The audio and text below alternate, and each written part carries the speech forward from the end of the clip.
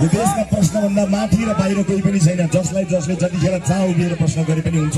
न म प्रश्नभन्दा बाहिर र माथि छु, न सुदन गुरुङ प्रश्न भन्दा बाहिर र माथि छन्।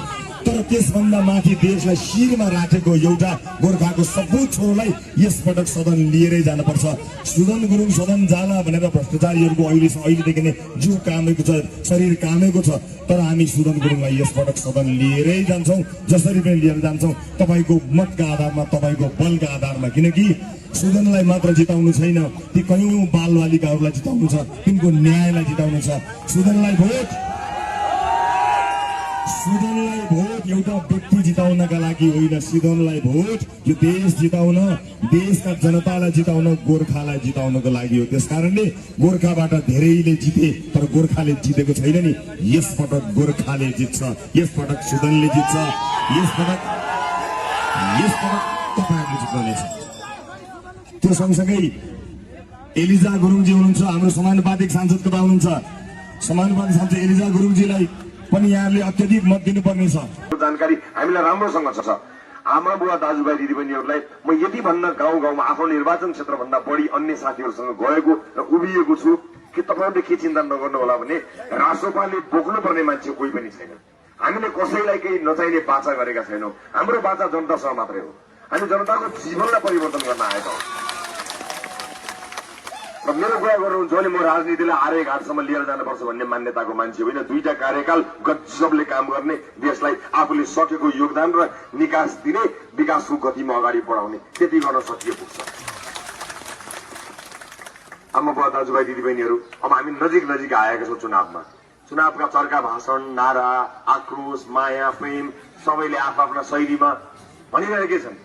तर हामीले बुझ्नुपर्ने कुरा के भने परिवर्तन चाहने जनताहरूको जमात यति ठुलो रहेछ कि यसलाई रोकेर थुनिएर राखेको रहेछ।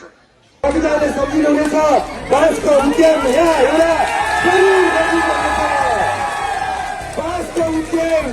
यहाँ गर्नको लागि पनि स्मरण गर्न चाहन्छु। रविदालाई मेरो स्वागत छ। जय गान्धी। त्यसै गरी बोल्दा आवाज सानो भएको छ, आवाज वर्ष पनि आइसक्यो।